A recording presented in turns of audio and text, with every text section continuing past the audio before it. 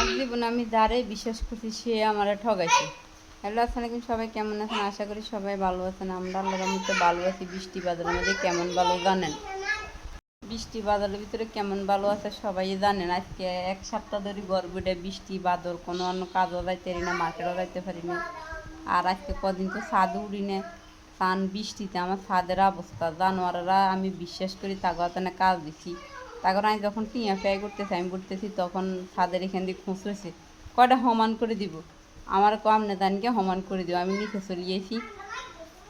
এদেরকে বিশ্বাস করে টাকাটা দিছি। ও মা এর পর উড়ি সাইডে ছাদ ওইখান দিয়ে খুঁজ, ছাদের মুখ রেখছে ওই সাইডে, অথচ ছাদের খুঁজ রাখছে এইখান দিয়ে। আমি তা করে বলছি এই সাইডে আমার যাতে কোনো ডেউ না থাকে, ওইখান দিয়ে যাতে এক দিতে ফান না। এটা এক কান দিয়ে উঁচে, এক কান দিয়ে খুঁজ, এক কান দিয়ে উঁচে, এভাবে জানোয়াররা আমার কাজ করছে। আমার প্রতিটা কাজে আমার সাথে 2 নাম্বারই করছে। এখন বৃষ্টির কারণে, বৃষ্টি হয়তো ছাদের মধ্যে হিয়েলে হয়ে গেছে, কারণ এই জায়গার ভিতরে সবসময় হানি জমে থাকে।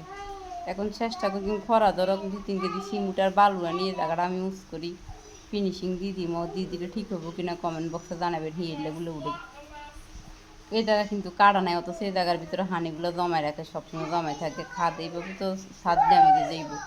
কার কার সাথে এমন হয়েছে কমেন্ট বক্সে জানাবেন। আসলে দুনিয়ার ভিতরে আমি কাউরে বিশ্বাস করা যায় না।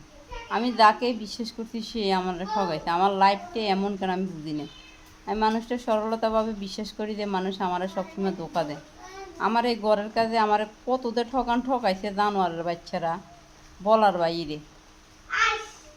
আপনারা আশা করি এরকম ঠকবেন না, কারো কাতার নিজে বিশ্বাস করি কাজ দিই, নিজে থাকি কাজ করাইবেন। আমি বিশ্বাস করছি, আর আমি তখন এত কিছু বুঝতাম না, এখন তো এতটুকু বুঝতে পারছি।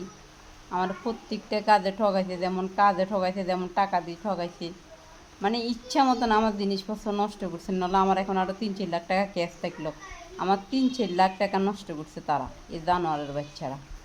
তো কার কার সাথে এমন হয়েছে কমেন্ট বক্সে জানাবেন। আল্লাহ।